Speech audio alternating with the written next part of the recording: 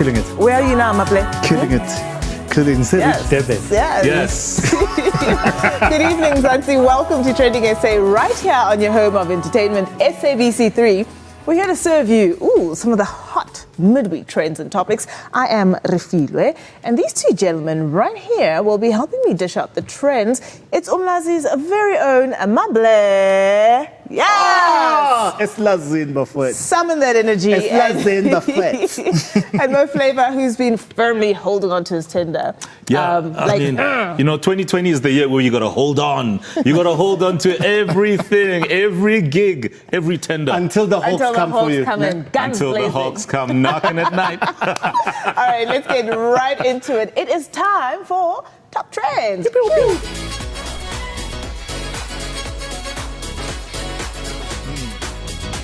Oh boy, here we go again. This hashtag popped up on my timeline after Mr. South Africa released this year's top 10 finalists.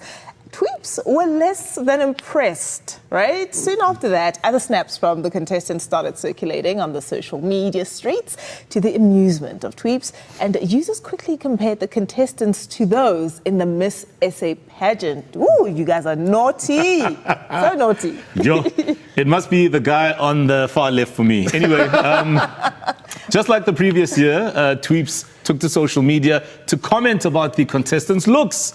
And this is what some of them had to say. Fareed _M says, the photograph and the retouching is so bad. Some of their limbs look small. They have no pores. What is this? And then another comment coming through from Carolyn Rensburg, who says, Mr. SA does not give me the demographics of this here country. There are just so many things wrong here. Huh? I must say, I've always had the question around the pageants in our country and whether they have the power of a Miss SA, for example. Mr. South Africa, does it have that Miss SA thing? Because I always ask myself, why do we even need a Mr. South Africa? The problem starts with, you see, there's the height ratio and the beauty ratio. And it there's a ratio. There's a ratio. Yeah. And so the minute you get after 175 centimeters, so the beauty ratio goes down. So, but we want the height thing at Mr. SA. So it becomes problematic for us. Okay. So we're asking for too much. Listen, Mo, there's nothing wrong with a Mr. South Africa, right? I just think that they haven't invested into the vehicle and the platform the way Miss SA has been invested into. Like right now, I would tell my daughter to go secure that 3 million rand bag for Miss SA. But what is Mr. SA securing? Like vouchers to I don't even know what they win. Vouchers to Because in the end, we have to look like Maps Maponyane. We've got to be as funny as Trevor Noah. We've got to be as built as Siya Kolisi. We've got to be as presidential as our president. It's too much. I'll say this, ladies, I know you guys are all about the beard gang thing, but if you go to procreation, please make sure he shaves off his beard because the baby won't have a beard and it will come out looking like him. Yep, I've said it. So while the election process for the by-elections are taking place, which, by the way, I didn't even know about, and many South Africans didn't know about, hashtag the minister started trending. Yes, you guys have zero chill in this country. So our producers picked a few of those posts under this trend for us to react to. After Swabon. They're from Boom's End because the minister the road. So basically, so what's the ratio between the bubbly and how effectively you do your job? I read a tweet that said that road, that's what happens when you ask a makeup artist and give them a tender for the road. Then there's another one called the minister, the duty, and then we've got Minister Natim Tetwa there with the Minister of RIP, and then we've got Minister Angie Motsecha and the school that's in shambles at the back. I thought it was Minister of Condolences. There's Minister of Condolences, but also regarding the Arts and Culture Minister, and Sports, by the way, sorry, there's also congratulations to whoever's currently, won an award, Master KG, Shoma Josie, that type of thing. All right, and then we've got another tweet there from Kosazane _ it says the Minister, primary focus, Mapiza and I'm still waiting for the Minister of Police to walk into a club that I'm playing at. I'm waiting for that moment. Every time I go to a gig, I'm dressed for him. so that when he rocks up, he can see that we are law-abiding citizens. Actually, A gentleman here. Minister Pegekele is going to hate me for calling him Mabiza on air. Sure. It's done. Yeah, well, it's quite intense. So listen, I came across this one on the timeline. Hashtag Ace Makhado. I mean, it's been all over once again this week, and it seems that it is for real this time. A warrant of arrest for the ANC Secretary General and former Free State top dog, Premier Ace Makhado, has been issued, as we all know, and this is obviously into the connection with that 255 million rand asbestos audit contract in the Free State. The Scorpions have revealed that this warrant has been issued and he will face a number of serious charges relating to corruption during his time as the Free State Premier. Now, as soon as news broke, Mzwandile Masina did what he does best. He came to the defense of Mr. Makhado with this tweet that reads thusly: "You can arrest Makhado for all his sins, but not his ideas of radical economic transformation, darling. We fear nothing. We've been on this road at some point, and we fear nothing. The abuse of state organs to further political ends have short legs. We'll meet at the festival. Okay?" And then at Marker_Ent replied to Masina's tweet by saying the following: "Who cares about ideas whilst he's stealing from the poor? So we must just forget about the millions and focus on ideas? Huh?" Yeah, really, really pertinent points that are raised there. And of course, remember that Makhado is set to appear in the Bloemfontein Magistrates Court on Friday. So I guess the big question is, will Ace Makhado's arrest basically bring all these smallanyana skeletons in the ANC closet tumbling out? I listened to him. I'm always focused on the minor details. So I listened to him when he was doing radio interviews, and I know a man that's about to really go to prison, right? So, oh, you do? Yeah, no, I do. I come from Mlazi. Okay. You know somebody who calls you and they're really going to prison. Go, hey, Pethu, Ace Makhado was chilled, man. It's like, they must dial what they must. And it reminded me of another guy that we had in the country. It's like every time they go, we're going to arrest him, he'll be like, you. So you're saying that your prison radar is strong? No, and it's beeping here. My prison radar is strong, and it's not telling me which is going to jail. Okay, so it's not beeping. It's not beeping at all.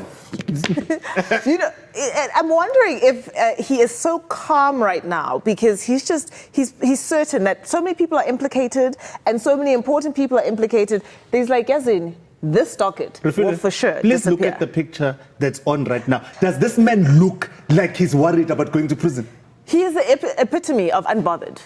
Guys, Hashtag unperturbed. there are sunglasses, there are shades, and these are Izaza. Izaza is not going anywhere. I'm just hoping that the NPA is going to get this one right, because if the NPA don't get this one right, it's going to send them like 100 years back in terms of steps. They have to get this one right. It's one of their biggest ones. It's like a do or die. It's like a Kaiser Chiefs versus Pirates situation, and we all know how that one ended. And I think what's even most important, right, is not even, we're laughing right now, and you know what we do as South Africans, right? We laugh so we don't cry. But most important, and what's at stake is that if the NPA fumbles this, right, we're not just fumbling a case, we're pretty much fumbling the democracy project. That's the bag that we're fumbling. So it's so key, it's so intense. It is so critical, so important. Sure. Oh, goodness. I mean, matters. Are we not pretending to be serious about corruption? Are we not? Democracy process. You guys, wow. the project. Things are heated. Things are heated, and we have to see what happens with this particular movie. Now, throughout the week, we have been looking at this particular one, trying to understand.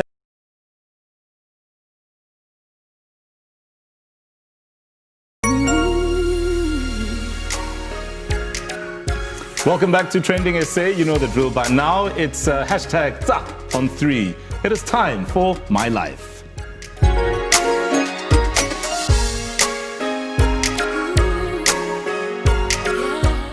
Now, as the son of ordained pastors and trained theologists, Pastor Makhado was destined for ministry. I mean, he spent 3 years in the seminary harnessing his Christian morals and values. And as a pastor, he had this misconstrued belief that the ministry meant monetary success. And when he realized that that was not the case, he then turned to very, very unethical practices trying to attain the success. Absolutely. And of course, when he realized, I guess, the error of his ways, this was when he went on to write a provocative book, which is titled Church Mafia, and it details the gory practices of the occult societies and false prophecies. He joins us now to give us a no-holds-barred account of his experience with fake prophets, ill practices, and the cults that exist within the charismatic space. My goodness, I can't wait to get into this. Welcome to Trending SA. Thank you so much for joining us. Thank you so much, and also thank you for the opportunity that you've granted me. Yeah, thank you. Let's talk about the fact that you attended a Bible college and you spent about 3 to 4 years in the seminary training to become a pastor, and then you started your own church in Soshanguve. What pushed you and led you into the world of the occult, and why? What was your reasoning for that? I think what pushed me, it was the pressure as a young minister in the field, the pressure that the church was not growing, and I was struggling financially. So when I looked at the work that I was doing, comparing to other ministers who were successful, then I felt that pressure. I think what is wrong in the field is that we measure success based on material things. So I was looking for material things, and I thought that driving big cars, staying in a good house, having money, it was a success in the ministry. You know, when we were preparing for this, I couldn't get over the things that are happening in the book, and I read Uti, in the quest of actually gaining your spiritual powers. Yes. So you had to travel across Africa. Yes. And then you say that in Mozambique, you went and you gained a power called fire by force. Yes. In Nigeria, you then went and got a power called back to sender. Yes. And then in Zimbabwe, you got one. You met a man that can remove objects from somebody. Yes. What did those powers mean? Yes. And how did you utilize them? Okay. The kind of power that I collected, in a simple summary, I can say is demonic powers. Because when you talk about demonic powers, you talk about things that happens without human beings understanding. So when I collected them, I was trying to have these miracles happening in the church. Yes, so I went to Nigeria, I collected all those powers, I went to Mozambique, but all these powers, in a way, somewhere, they teach you how to deceive people, because it is not 100% power. The power is to deceive people, but other things is tricks and staged miracles. And I'm curious how you actually collect it, because you make it sound like a simple procedure. You pick something up at the shop. How did you collect the powers? All those powers, they have a procedure like initiation. In Nigeria, before they give it to you, you have to join what we call a secret cult. It's a secret society where you belong to this particular spiritual house. And in that, you have a spiritual father, somebody who initiates you into that kingdom, and you serve them. Before you go to the church, you bow down to those altars. Before you do anything, and in the church, you are no longer preaching Christ. You have to preach prosperity. You have to prophesy to people. You have to teach people that demons are following them. So you shift away from the true gospel, and you start bringing this end time gospel. Sure. I mean, it's compelling stuff. In your book, Church Mafia, you talk about some shocking practices that you had to take part in order to gain these powers, right? Yes. At some stage, there was a room in your house that nobody was allowed in. At some stage, you had to sleep by a gravesite.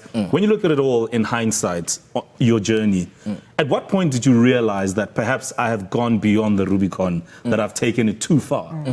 What was that moment for you? Once you have joined, it is not easy for you to realize that now I have gone too far.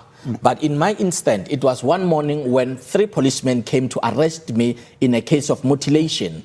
They came and said that we came to arrest you because of you are involved in a case of mutilation, where I was accused of dealing with human body parts to strengthen churches, to strengthen traditionally doctors, to also strengthen bishops. So when they took me to Hoshimampuru, and I was there for about 3 months, it was at that particular point where I said, this is not the kind of life that I was born to live. Was that false? Was the accusation false?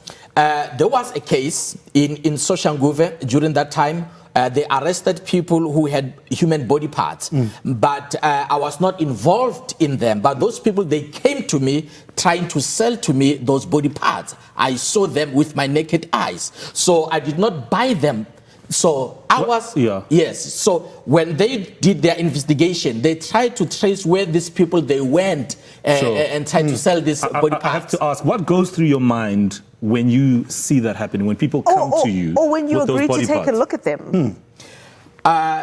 Because I was doing what we call one-on-one consultation, and usually these people who deal with human body parts, they target people who are spiritual people who are helping people. So they came to me and they had them in a body bag. And they said to me, if you can use this will strengthen your work. It will strengthen your church. Sure. We're going to continue this conversation because so many things have come out which are absolutely shocking, and we appreciate the level of honesty that you have come through with on the show.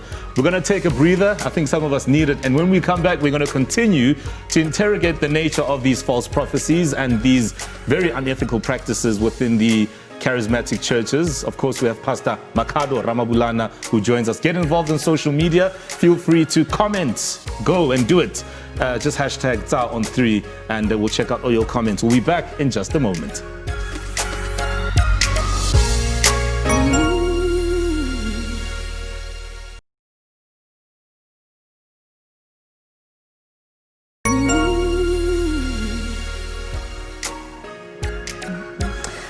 We're still with a Trending SA right here on SABC3, and of course we're still in conversation with Pastor Makhado Ramabulana. He's the author of Church Mafia, and we're essentially breaking down the goings-ons, the nefarious ones that can be found in some charismatic churches.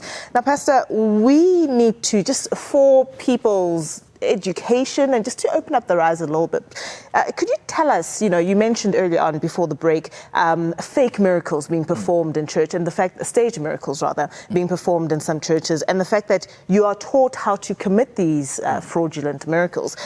What should people be aware of? And maybe you can even start by telling us how some of them are done. Okay. When we talk about a stage miracle, we talk about what is organized. Number one, when a pastor says that tomorrow there will be a miracle, when you talk about a miracle, it's something that should shock even the pastor. But if the pastor is aware of what is going to happen, it's no longer a miracle, it's staged and arranged. So in most of the time, they organize people on the wheelchair, they give them money, they come sit on the wheelchair. So before that day, the pastor will talk about the kind of miracle that will be happening on that night. So they know particular, we've got people that will be seated on the wheelchair, and we also have this stage miracle of miracle money. Usually before the church starts, they call people who are in the church to come on the stage for what we call a chain prayer. And while you are here, some of the ushers, remember, the pastor does not work alone. It's a mafia, it's a syndicate in the church. So they work with the ushers, they work with those, the car guards outside. Sure. So once people are here in front, those ushers, they will insert money in people's bags as we are praying, closing our eyes. Now, when the prophet comes on stage, he says, there's a miracle money, check your bags. Once you open your bag, you will see the money and you don't know where that money come from. It was arranged. In other instead, they collect information. Once you sit in the church, those ushers ask you, where do you come from? What's your name? What's troubling you? So they collect information, they send it through WhatsApp to their pastor. So that is the reason why most of these cult pastors, they come to church late, because they have to receive data first, the data that they will use to prophesy people. Once they have gained, let's say 20 people with information, what is troubling you, they come on stage, they've rehearsed your name, and when they call your name, especially our brothers from outside the country, they speak as if they don't know how to pronounce your name, so you think it's authentic while it was organized. So this is like a play, it's like a stage play. Yes. Okay, so what was the turning point in your life? What made you go, I'm done? My background as a pastor's kid who looked up to his father, who have been in the ministry all along, being authentic to God, it became a voice that spoke to me and said, this is not the kind of life that you should live, because once you have joined, you are living a secret life. You are in a secret society. You hide things. Yes. In your book, Church Mafia, you also speak about keeping all of this a secret from your wife, the congregation. Apparently your wife not really buying into this dark way. I mean, take us through that moment, that part of your life as well. I lived a secret life for some time because of even my trip to Nigeria. I had to lie. And even the room where I had to put all these spirits, I told my wife not to enter there. Before I go to church Saturday night, I have to go into those spirits, to speak to those altars. So all along, I lived a secretful life. But there are others, they join with their wives these days. Fundis, ngicela ukubuza, what was in that room that you hid in your house? It was more of the calabash, the traditional pots, and the other one, it was bottles that had some particular oils, the oils that we used in the church. That is where you take this oil, then you mix with other oils, so that whosoever that will use the oil, they will remember you and they will be hooked up to your church. One question that really sticks out for me is, what is your biggest regret in all of this?